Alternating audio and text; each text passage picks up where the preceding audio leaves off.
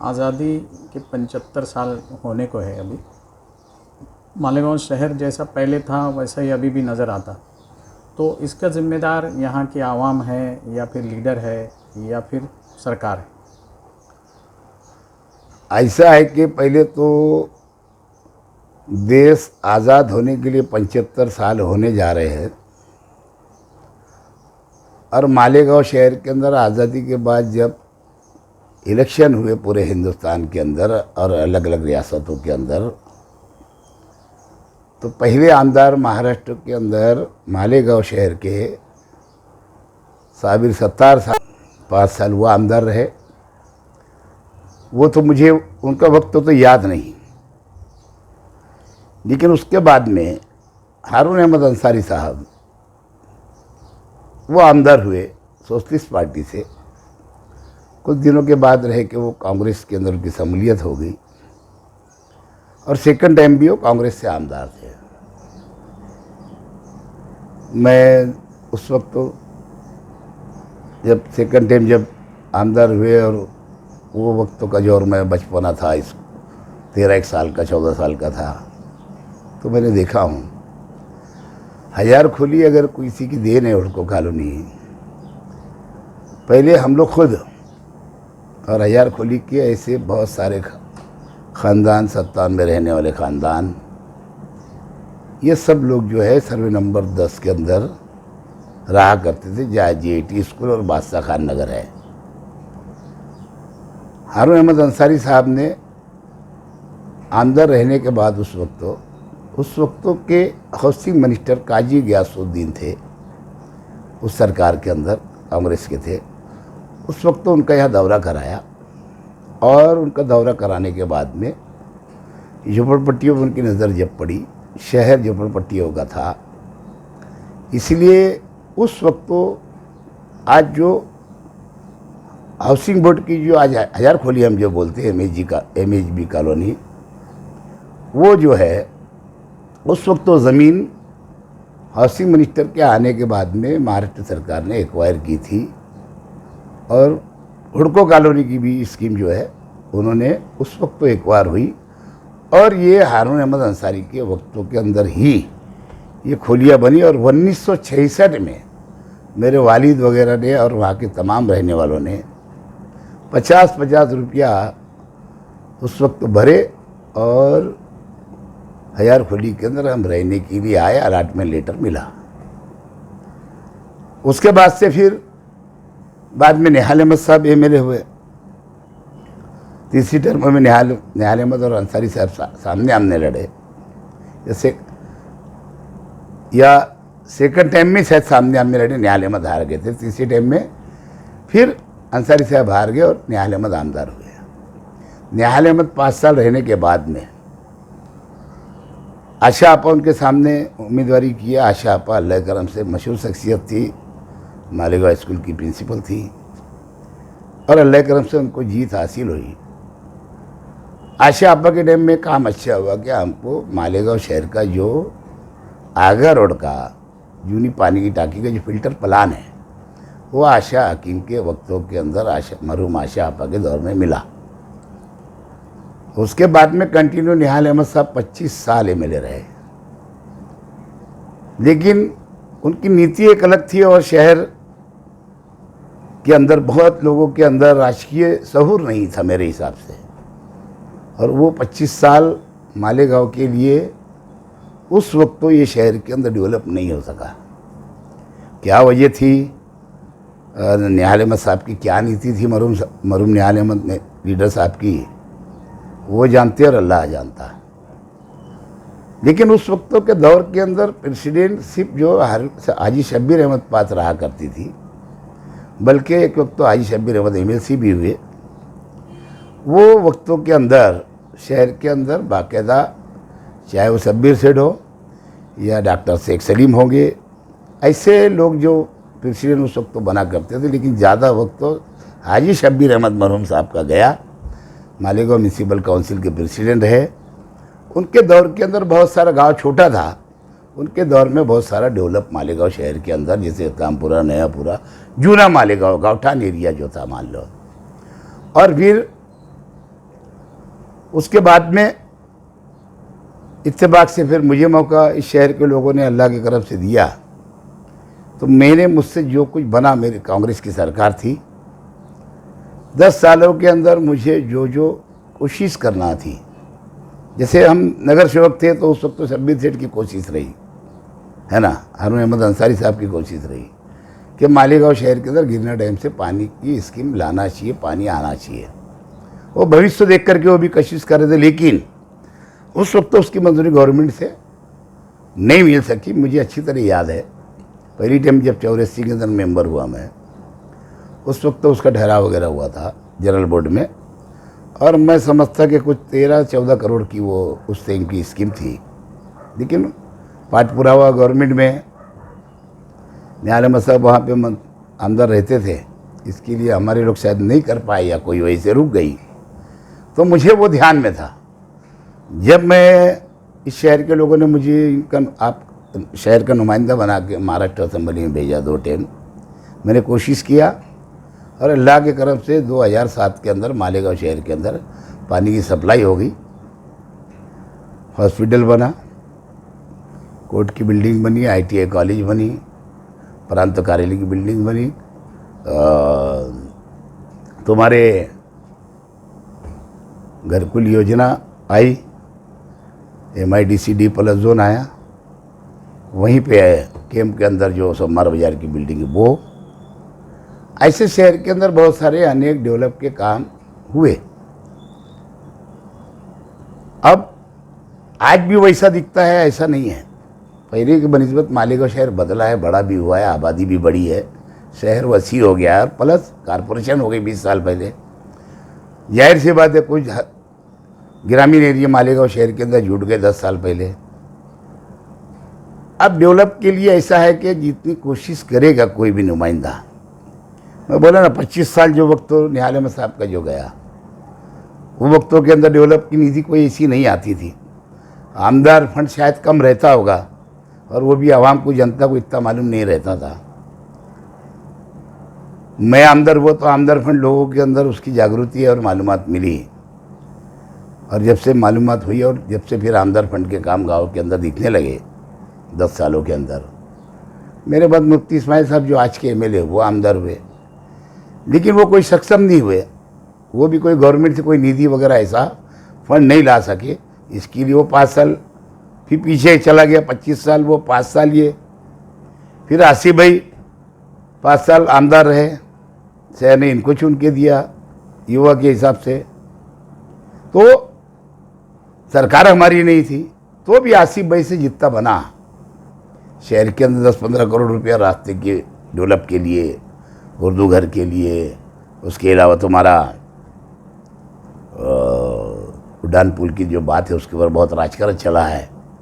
ऐसे बहुत सारे काम आसिफ भाई ने मालेगांव शहर के अंदर बहुत सारे स्टडी सेंटर बना के दिए है ना, बहुत सारे। तो उन्होंने भी पूरी कोशिश की, सरकार अपनी नहीं रहती वो कोशिश करे तो भी 22 करोड़ उड़ान पुल का, 6-7 करोड़ रुपया उर्दू घर का, शहर के 15-20 करोड़ रुपया रास्तों के लिए, ये उनके अपने दौर के अंदर, आसिफ भाई के दौर के अंदर आए। प्लस फिर मुफ्ती साहब अभी आमदार हो गए, तो अभी 2 साल बीत गए, तो जहाँ नहीं काम करने वाले लोग रहेंगे, शहर का आवाम की गलती नहीं रहती है। आवाम तो किसी भी नुमाइंदे को जब शहर से अपना नुमाइंदा बना करके भेजती है, चुन के देती है, उनकी अपेक्षा रहती है कि हमारा शहर भी और शहरों के जैसा खूबसूरत दिखे, अच्छा दिखे, शहर हमारा डेवलप हो, है ना। लेकिन कहीं ना कहीं आज 5 साल इनका जो वक्त हो गया वो भी 0 बजट रहा, है ना। और आज का जो 2 साल बीत गया और आने वाले 3 साल भी गुजरने वाले जो इनके हैं वो 0 बजट रहेगा। ये मुझे नहीं लगता कि कुछ कर सकेंगे। और आज अगर कुछ डेवलप हो रहा है तो कारपोरेशन के ज़रिए, गवर्नमेंट के फंड हम कोशिश करके जो लाते हैं उसके ज़रिए। अगर गिरना पुल अगर बना तो उस वक्त तो भी पृथ्वीराज बाबा CM थे, कांग्रेस राष्ट्रवादी की सरकार थी, पालक मंत्री भुजबल साहब थे और भुजबल साहब का ही डिपार्टमेंट था सार्वजनिक बांधकाम। इसके लिए उनसे कोशिश करके हमने 16 करोड़ रुपये लाए। तो उससे आज के जो महापौर है 2012 में भी ताहिरा शेखी महापौर थे, उस वक्त तो उनके ज़रिए वो ही बन गया। उसी वक्त तो हमने 100 एकड़ ज़मीन महसूल मंत्री साहब, आज के जो महसूल मंत्री है बाड़ा साहब तोरात, कॉरपोरेशन ने एक 1.25 करोड़ भरा उनको, 1.25 करोड़, 1,25,00,000 भर के 100 करोड़ ज़मीन जो सेती महामंडल की अपने तलवार डैम के बाजू में मिल गई। तो ये भविष्य तो देख करके कोई भी काम था। गिना डैम की स्कीम में 50 साल के लिए पानी है। आज यहाँ 40-45 MCFT रहता था, आज वहाँ 87 MCFT पानी रहता है। कहने का मतलब डेवलप करने के लिए कोशिश नुमाइंदगी करने की कोशिश कर रही थी। न्यायालय में सबकी एक अजीब अलग नीति थी, है ना, और वही नीति से हटके कोई आज के आमदार नहीं है, वो उनकी भी वैसी नीति है। क्या एक वोट बैंक पकड़ के चलते हैं, है ना, कि बस मैं कुछ करूँ ना करूँ, ये शहर की जनता ऐसी है ना, पक्का एरिया कच्चे एरिया की बात होती रहती है, और ये लोग मुझे वोट दे देंगे, मैं तो चुनकर ऐसे भी चला जाऊँगा। ना उनको दवाखाने में काम करना आता, ना किसी को गरीब की मदद करना आता। मैं सुना अभी जल्दी कोई तो भी माजूर इंसान उनके पास गया, उनकी फरियाद ले करके के, और शहर की फरियाद बोलो, वो स्टेट बैंक में गया होगा तो वहाँ शायद कोई बाहर जो वॉचमैन खड़ा रहता है वो ऐसा कुछ बात करता है कि भाई यहाँ मराठी के अंदर बात किया करो, हिंदी मत किया करो। उसके ऊपर उसकी बहस वगैरह हुई, है ना। तो वो इंसान वहाँ जाके इनसे कंप्लेंट किया कि आप शहर के नुमाइंदे हैं, आपको चल करके कुछ बात करना चाहिए, बोलना चाहिए। तो इन्होंने बोले भाई तेरा क्या काम, उतनी बात कर। बोले मैं शहर की बात बोल रहा, मेरे काम के लिए मैं नहीं आऊँगा तुम्हारे पास। तो कहने का मतलब ऐसे कई मामलात रहते हैं जो आज के आमदार साहब कुछ भी नहीं कर पाते। मुझे तो शहर के भोली भाली आवाम के ऊपर भी ज़रा एक अलग सोच मेरी पैदा होती है। क्या शहर की आवाम भी नहीं चाहती कि शहर डेवलप हो? क्या शहर की आवाम नहीं चाहती कि डेवलप करने वाले लोग वहाँ जाए नुमाइंदे बन करके, है ना।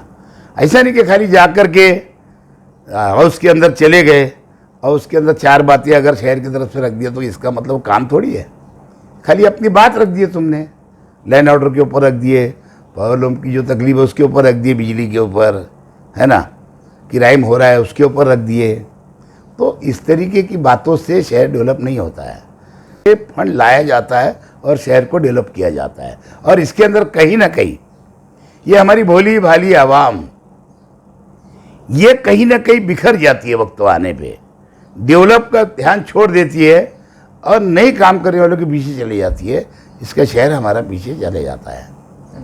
ये शहर जो है इसको हमेशा से हमने देखा कि कभी, जैसा आपने थोड़ा दबे लफ्ज़ों में कहा, ये खुले लफ्ज़ों में ऐसा कि इसको ये दखनी है, ये अंसारी है, ये बुनकर है, ये गैर बुनकर है, और इसी वजह से ये शहर की तरक्की रुक गई ऐसा लगता।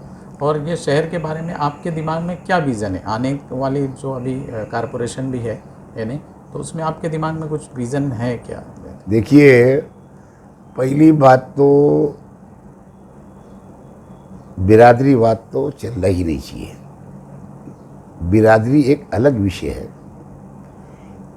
ये अल्लाह ताला की तरफ से कबीले बनाए गए हैं।